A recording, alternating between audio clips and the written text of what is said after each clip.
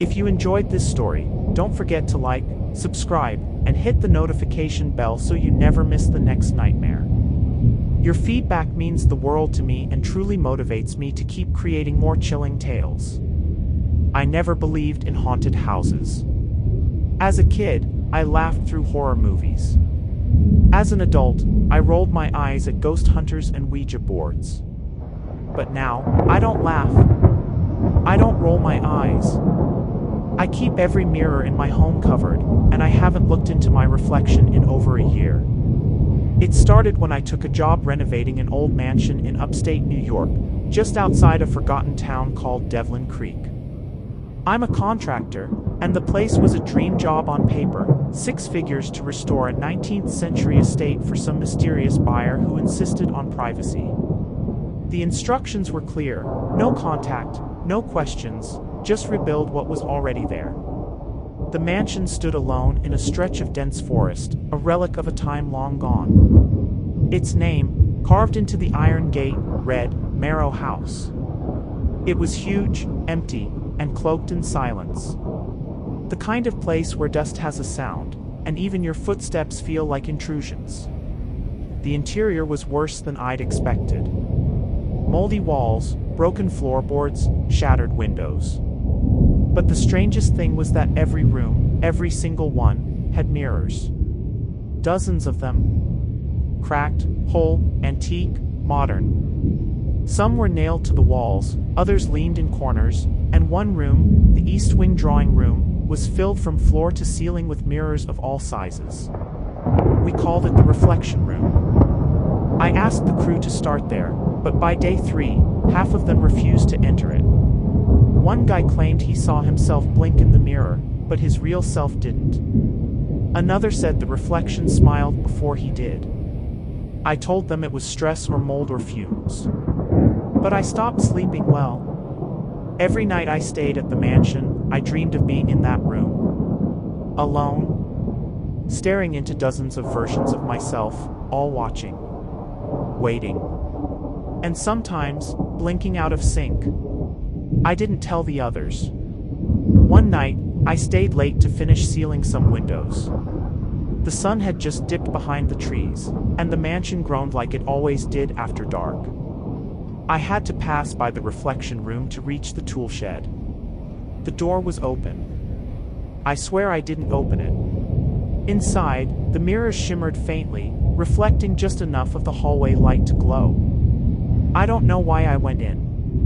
Maybe it was curiosity. Maybe it was the quiet whisper that I thought was wind. The door shut behind me. No breeze. No draft. I spun around. Tried the handle. Locked.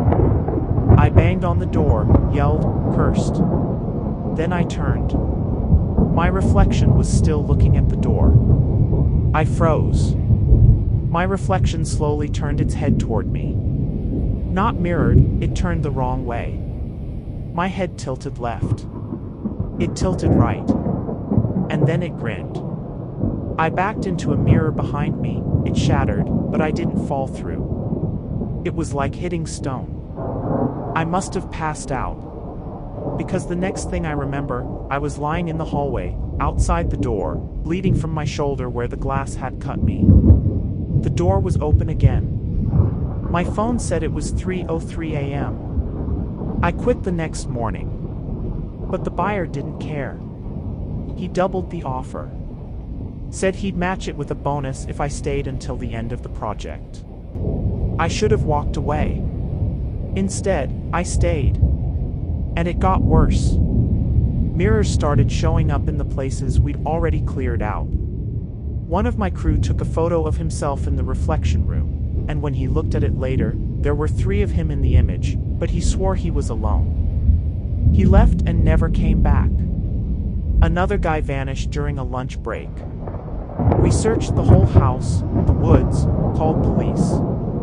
They never found him. By the end of the 3rd week, it was just me and 2 others. I started seeing things in the glass. Not just my reflection, people. Figures. They looked like me, but not. One had no eyes.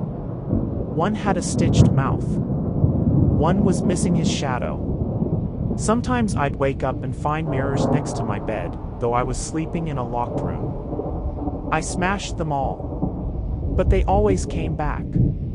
The final night at Marrow House, the power went out. I tried to call someone, no signal. The others had already left the day before, claiming family emergencies. I was alone. I lit a lantern and went to check the circuit box in the basement. I never made it there. Instead, I found the reflection room wide open, and it was different now. The mirrors were all perfect. Polished.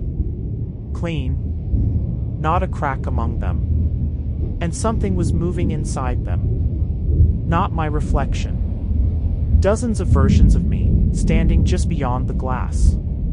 They watched me. Their heads moved in unison. Their lips curled into grins, revealing black teeth. One of them raised a hand, and blood poured down the mirror's surface. I ran. But the house had changed. Doors led to walls. Stairs circled back to the same floor. Every hallway twisted, every shadow moved. The mirrors followed me. No matter where I went, they were there. Until I turned a corner and saw myself. Standing in the hall. Not a reflection. He smiled and said, "You broke the mirror. Now we're free." And he lunged. I don't remember what happened after that. I woke up in the hospital 3 days later.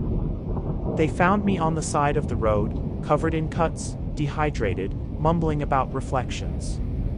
They say Marrow House burned down the same night. No cause. No bodies. Just ash and glass. But that's not the end. Because the mirrors followed me. They're in my apartment now. My phone screen. My TV. My bathroom. I see them when I don't expect it, just for a second. Sometimes, my reflection lags behind. Sometimes, it doesn't smile when I do. And last night, I caught a glimpse of one of the reflections standing in the hallway behind me, outside the mirror. I live alone. I tried throwing out every reflective surface in my apartment. The TV went first. Then the phone. Even my microwave. I've covered all the windows with thick black fabric, smashed the mirrors in the bathroom, and only use candles for light now. But it's not enough. They're still coming through. 2 nights ago, I heard the clinking of glass in the hallway. Not footsteps, glass. Like someone dragging a mirror across the floor. I stayed silent, holding my breath, listening from the other side of the door. Then, I heard my own voice whisper. "Let me in. You're tired. I can help you sleep." I don't sleep anymore. I can't. Last night, I woke up to find a mirror leaning against the foot of my bed. I didn't put it there. The reflection was dark, wrong. I could see my shape inside it, but it was twitching. Flickering. Like old film. It moved closer every time I blinked. I closed my eyes, and I heard the glass crack. When I opened them, the mirror was shattered on the floor, and my reflection was gone. Now, when I pass by any screen, I don't see anything at all. Not even a shadow. It's like I've stopped existing to them. But I still hear it, whispers behind the walls, footsteps in the mirror frame, laughter that matches my own. They're waiting for something. Or maybe they already got it. So please, if you ever find an old house in the woods filled with mirrors, leave. Burn it. Never look back. Because if you ever catch your reflection smiling before you do, you've already lost.